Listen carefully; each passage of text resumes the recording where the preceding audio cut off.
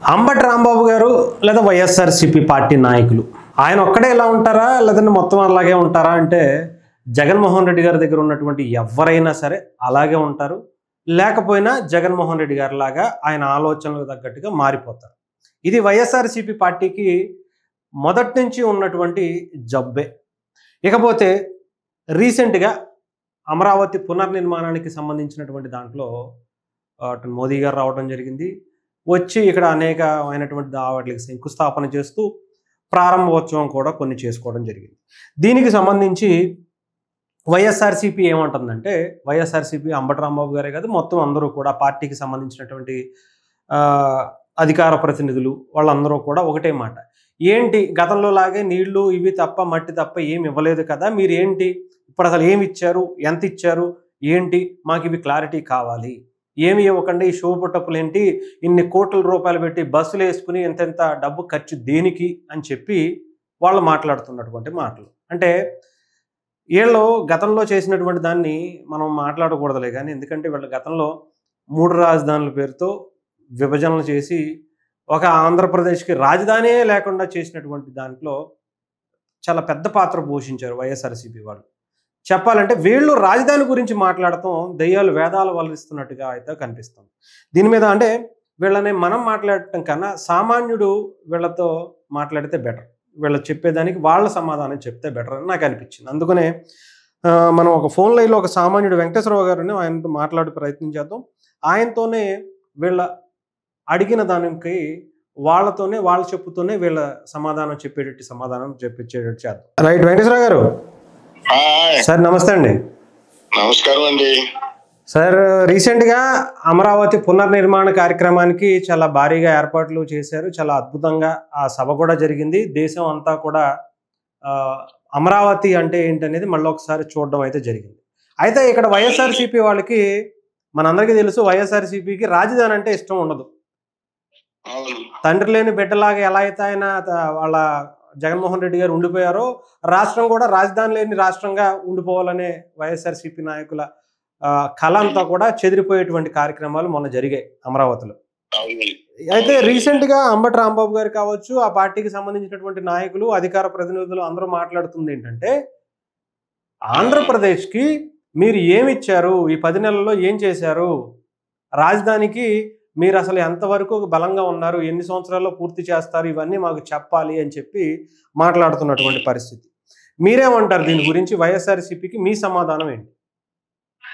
ఇప్పుడు వాళ్ళకి మనం ఏం చెప్పాలో అర్థం కావట్లేదు. దీనికి రామన్ గారి పద్యం ఒకటి ఉంది, అది అన్న పనికొస్తుంది బాగుంటదేమో అనుకుంటున్నాను. వీళ్ళకి వైసీపీ ఏమన్నా చెప్పాలంటే చెప్పండి.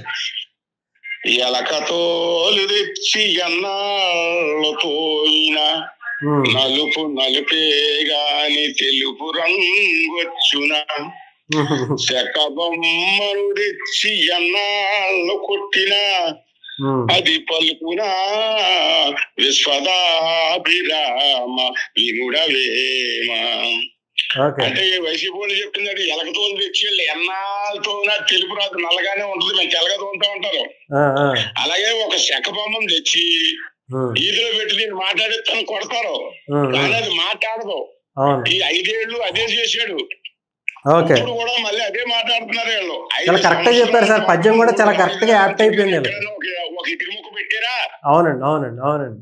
అభ్యంతరకరమైన భూముల్లో కాకినాడలో ఎండోమెంట్ భూముల్లో ఒక మంచి హాల్ కట్టేశారు వీళ్ళు. వైసీపీకి 3 అంతస్తులు మంచి భవనం, ఇంద్రభవనం అంటే ఎండోమెంట్ భూమి కట్టకూడదు, రూల్ అక్రమించి కట్టారు వీళ్ళు. అలాగే మొత్తం 26 జిల్లాలకి అని చెప్పి 26 బిల్డింగ్లు కట్టేశారు.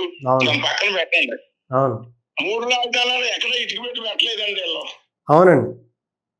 ఇప్పుడు వీళ్ళు ఏమంటున్నారంటే, ఈ 5 ఏళ్ళు అప్పుడు ఢిల్లీ వెళ్ళి వచ్చారు, దేనికి వెళ్ళాడు చెప్పలేదు, వచ్చినప్పుడు చెప్పలేదు, 3 రాజధానులు ఎలా కడతారో చెప్పలేదు, బిల్లు పర్పస్ అని అది లేదు, ఏ రకంగా ముందుకెళ్తారో ఏది చెప్పలేదు. ఈ వైసీపీ వాళ్ళు ఏమంటారంటే, వీళ్ళు మోడీ గారు, చంద్రబాబు నాయుడు, ఈ మన పవన్ కళ్యాణ్ వీళ్ళు ముగ్గురు కలిసి ఆ స్టేజ్ మీద అచ్చట్లు ముచ్చట్లు పెట్టుకుంటే వీళ్ళ చూసి ఆడలేక ఆగలేక ఎంత ఇచ్చాడు మోడీ గారు, ఎంత తెచ్చి ఇచ్చాడు, ఏమి చేశాడు, అవునండి. అని అడుగుతున్నారు. వీళ్ళు ఏం చేశారు వాళ్ళు చెప్పారు. ఇప్పుడు వీళ్ళ గురించి చెప్పాలేంటి? దేశం అంతా ప్రజలంతా ఏరియాలో అందరూ ఆనంద కేరింతలు కొడుతున్నారు. వీళ్ళు ఏ పని లేక ఇందాక నేను చెప్పినట్టు ఏమి ఇస్తానన్నారు చెప్పండి, ఎంత ఇస్తానన్నారు చెప్పండి, దిక్కుమాలి మాట్లాడిన వాళ్ళని ఇంకా వైసీపీ లెక్కేసుకోకూడదండి. అవునండి. కూడా టైం వేస్ట్. అంటే మీకు కూడా కొన్ని విషయాలు చెప్తానండి ఈ సందర్భంగా. వైఎస్ఆర్సీపీ అడిగిన దానికి సమాధానం అనుకోవచ్చు, మీలాంటి వాళ్ళకు కూడా తెలియాలి కొన్ని విషయాలు. ఇక్కడ మోదీ గారు కావచ్చు, లేదంటే రాష్ట్ర గవర్నమెంట్ 10 నెలలు అవుతుంది గవర్నమెంట్ ఫామ్ అయ్యి ఆంధ్రప్రదేశ్లో. ఎన్డీఏ కూటమి, చంద్రబాబు నాయుడు గారు సీఎంగా, పవన్ కళ్యాణ్ గారు ఉప ముఖ్యమంత్రిగా.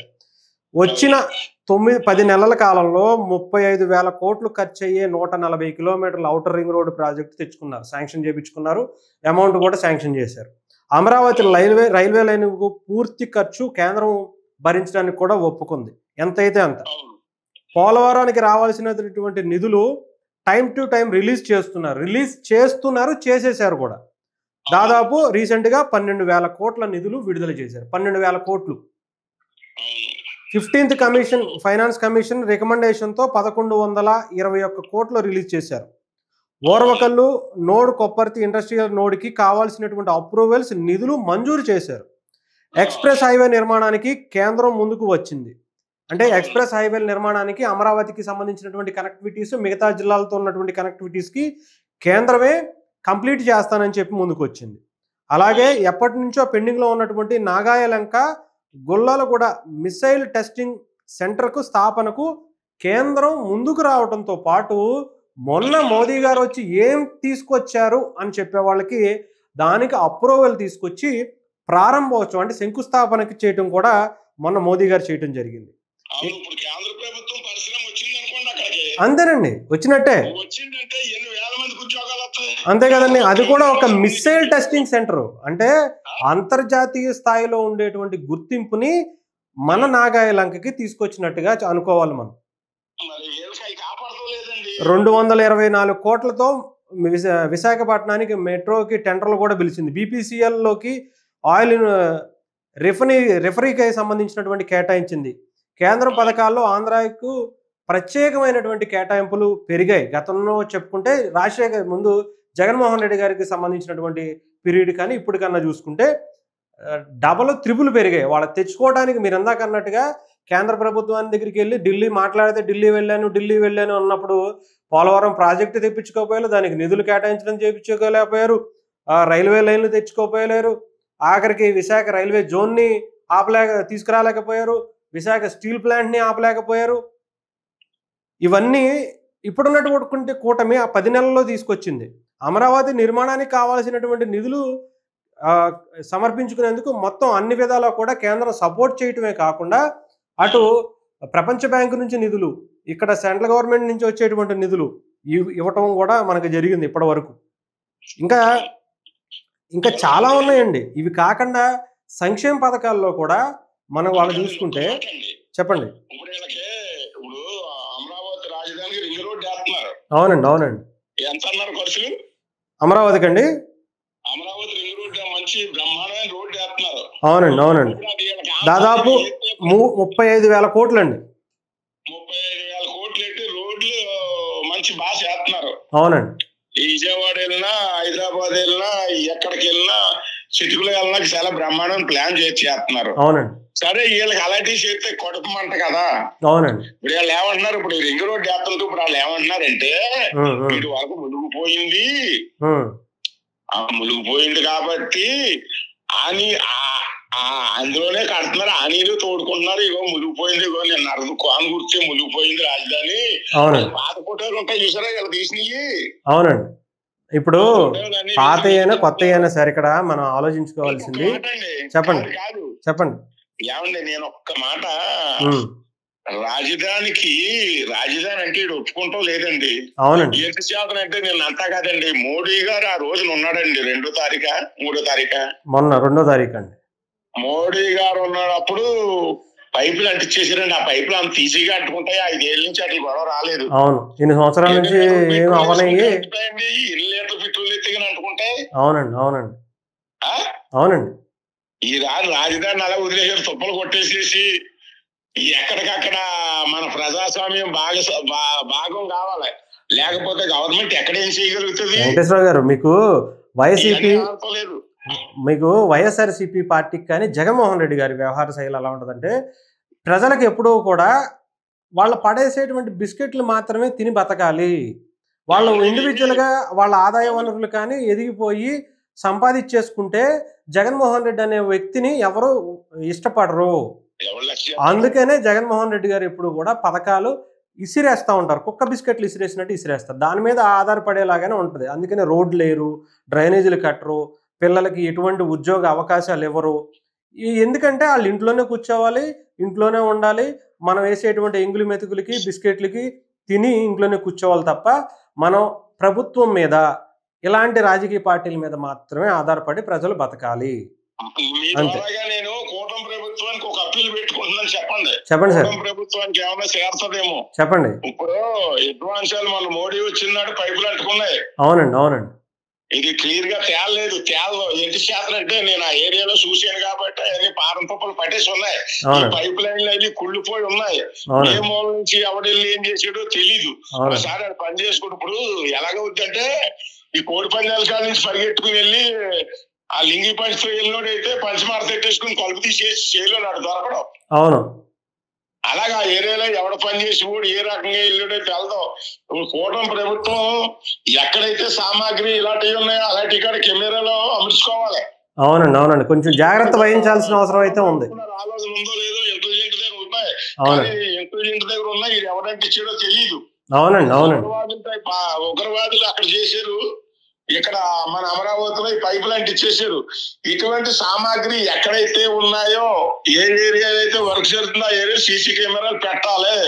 పెట్టకపోతే వైసీపీ వాళ్ళు అంతే మరి మనకి దెంగేలు అలా ఉండిపోద్ది. కానీ ఎవడొకడు ఇలా చేయిస్తానే ఉంటారు, రాజధాని ఇలా తగలబెడతానే ఉంటారు. కూటమి ప్రభుత్వానికి నేను ఒక అప్పీల్ చేస్తున్నాను, అవి చేయించాలా.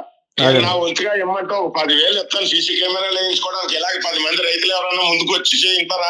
రాజధానిలో ఉన్న వాళ్ళు వస్తారా, లేకపోతే ప్రజలు వస్తారో?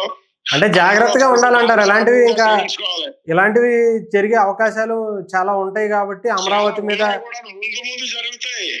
అవునండి, అవునండి. మోడీ గారు వచ్చిన రోజు అంటుకుంటూ పెట్టండి. 5 ఏళ్ళ నుంచి ఎప్పుడు లేదు. అవునండి, అవునండి. నిజమే, మీరు అన్నదాన్ని కూడా ఆలోచించాల్సినటువంటి పరిస్థితి అయితే ఉంది. గట్టిగా ఎక్కడైతే వర్కులు జరుగుతున్నాయి, కూలిపోయి ఆలోచనలు ఉన్నాయి, బాంబులు పెడతారు. అవసరం అయితే ఏం తేడా లేదు. రాజధాని ఇష్టం లేదు. ఇష్టమైతే ఇదేనా 4-3 టవర్లు. అంతే కదా, మీకు రాజధాని పూర్తి అయిపోతే మళ్ళీ మీకు వైఎస్ఆర్సీపీ పార్టీ అనేది కనుమరుగైపోద్ది. వీళ్ళు ఇంకోటి అంటున్నారు, ఎన్నాళ్ళు కడతారంటున్నాడు. రాజధాని కట్టడానికి 40-50 ఏళ్ళు పడుతుంది. అవునండి, అవునండి. అయిపోతే హైదరాబాద్ ఎన్నాళ్ళ నుంచి అవుతుందండి? హైదరాబాద్ నిజాములు అంతకు ముందు ఉన్నటువంటి భాగ్యనగరం దాదాపు ఒక 200-300 సంవత్సరాల నుంచి నిర్మించుకుంటే ఈ స్థాయికి వచ్చింది. అంబేద్కర్ గారు కూడా బ్రహ్మాండమైన దేశంలో నెంబర్ 1 పట్టణం అవుతుంది, 2వ పట్టణం కింద అని చెప్పారు, అన్నారు. ఎంతవరకు కరెక్టో తెలియదు. తర్వాత చంద్రబాబు నాయుడు గారు చెన్నై గాని, బెంగళూరు గాని, ఢిల్లీ గాని, ముంబై కానీ, కలకత్తా కానీ ఇవన్నీ రాత్రికి రాత్రి లేదా 20 ఏళ్ళు 10 ఏళ్లలో కంప్లీట్ అయిపోయి విశ్వనగరాలుగా అయిపోయినాయి. ఎంతో మంది ఎన్నో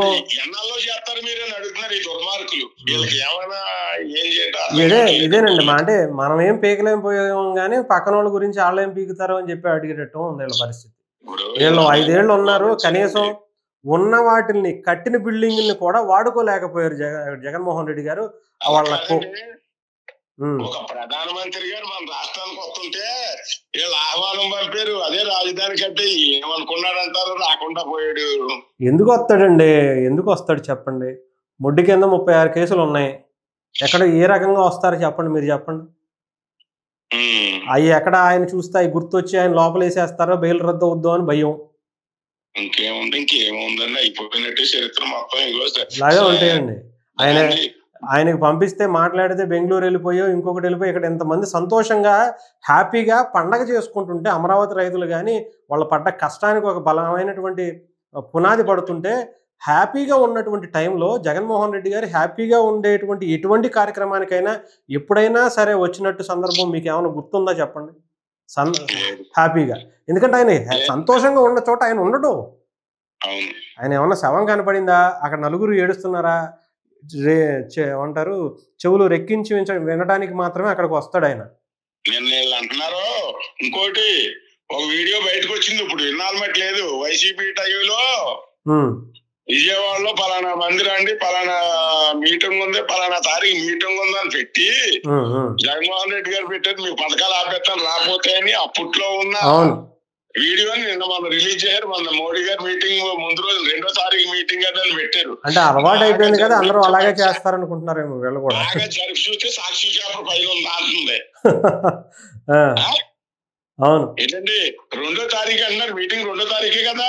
అవునవును ఇదే 2వ తారీఖు ఇదే రాని చంద్రబాబు నాయుడిని తలట్టుకుని కళ్ళు మూసుకుని అతను బొమ్మేసారు. అది బాగా ఎడదీ చూస్తే సాక్షి పేపర్. మీటింగ్లు పెట్టినప్పుడు పరదాలు కట్టుకోవడం, మీటింగ్లు పెట్టినప్పుడు స్కూల్స్ కి కాలేజీలకి సెలవులు ఇవ్వడం, ఇవన్నీ వైఎస్ఆర్సీపీకి బాగా అలవాటు కాబట్టి అదే ధోరణిలో ఉన్నారు. మిగతా వాళ్ళందరూ కూడా అలాగే చేస్తారు అని వైఎస్ఆర్సీపీ భ్రమలో ఉన్నట్టుందండి. రైట్ అండి. ఏదేమైనా సరే అమరావతికి మంచి రోజులు వచ్చాయి. వీళ్ళ గురించి మనం పట్టించుకోవడం మానేస్తే అమరావతి 100% ఒక 3 ఏళ్లలో పూర్తి చేస్తామని చెప్పి అయితే వాళ్ళు చెప్పారు. ఉన్నటువంటి కన్స్ట్రక్షన్స్ ఏదైతే పాలనాపరమైనటువంటి భవనాలు, రోడ్లు, కనెక్టివిటీలు ఇవన్నీ కూడా ఒక 3 సంవత్సరాల్లో పూర్తి చేయడం కోసం ఒక బలమైనటువంటి ప్రణాళిక కేంద్ర రాష్ట్ర ప్రభుత్వాలు సహకారంతో ఒకరికొకరు ఇచ్చిపుచ్చుకునే ధోరణిలో చాలా బలమైనటువంటి. చెప్పండి చెప్పండి. కూటమి ప్రభుత్వానికి అవునండి చెప్పండి. ఎక్కడైతే అభివృద్ధి పనులు జరుగుతున్నాయో ఇలాంటి పైపులు ఎక్కడైతే ఉన్నాయో చూసుకుని కెమెరా సీసీ కెమెరాలు ఏర్పాటు చేయకపోతే ఇలాంటి విధ్వంసాలు ఎన్నో జరుగుతాయి. రైట్ రైట్ నిజమేనండి. మీరు అన్నమాట డెఫినెట్ గా ఇదే thumbnail గా పెట్టి చేపిస్తానండి. మీరు కూడా అన్నారు కదా, అవసరమైతే మీ వంతు సహాయం మీరు 10,000 ఇస్తానని కూడా చెప్పారు. ఇలాంటి రాజధానిలో పెట్టుకోవడం కాదు, 10,000 నేను ఇస్తాను, ముందుకు వచ్చే ఎవరు వచ్చినా పర్వాలేదు, నేను రైట్ అండి. రైట్ అండి. Right sir. ఏ క్లాస్ పైపులు తగలెట్టేనండి మాదిరి కాదండి బాబు. డెఫినెట్లీ దీని వెనకాల చాలా పెద్ద కుట్రే ఉంటది. అమరావతి నిర్మాణానికి ఇష్టం లేదు. ఇంకా అంటే పారం తుప్పల నుంచి ఎలా పోయాడో తెలదు. అవునండి అవునండి. దాన్ని సేదించడం కష్టమే, తుప్పల నుంచి వచ్చారు. రైట్ అండి. రైట్ అండి సార్. అలాగే ఉంటాండి. ఓకే. సో ఇదండి మొత్తానికి వైఎస్ఆర్సీపీ పార్టీకి సంబంధించినటువంటి వాళ్ళకి ఒక సాధారణమైనటువంటి ప్రజలు ఒక సాధారణమైనటువంటి సామాన్యుడు ఇచ్చినటువంటి సమాధానం. వైఎస్ఆర్సీపీ పార్టీ చేసేటువంటి కుట్రల నుంచి ముఖ్యంగా అమరావతిని కాపాడాలి, ఇది ప్రభుత్వ పెద్దలు చాలా బలంగా తీసుకోవాలని వెంకటేశ్వరరావు గారు అయితే కోరుతున్నారు. ఎందుకంటే మొన్న ప్రధానమంత్రి వస్తున్నారన్న టైంలోనే ఇలాంటిది జరగటం ఏంటి? గత 5 ఏళ్లుగా అంతకు ముందు నుంచి జరగనటువంటి అలాంటి ఏదైతే ఫైర్ యాక్సిడెంట్ ఇంకొకటో చెప్తున్నారు. కాబట్టి ఇలాంటివి ఇప్పుడు ఎందుకు జరిగింది, అది కూడా ఆయన వచ్చినప్పుడే ఎందుకు జరిగింది, దీని వెనక చాలా పెద్ద కుట్రే ఉంది. అలాగే ఇది ఇంకా జరిగేటువంటి అవకాశాలు ఉన్నాయి. తన వంతు సీసీ కెమెరాలు పెట్టుకోవడానికి 10,000 రూపాయలు కూడా ఇస్తాను, మిగతా వాళ్ళందరం కలిసి కావాలంటే మనం అక్కడ మన రాజధానిని మన శాశ్వతంగా మనం దానికి సంబంధించినటువంటి భద్రతను కూడా మనం కూడా చూసుకోవాలని చెప్పి ప్రభుత్వానికి ఆయన కూడా విజ్ఞప్తి చేస్తున్నటువంటి పరిస్థితి.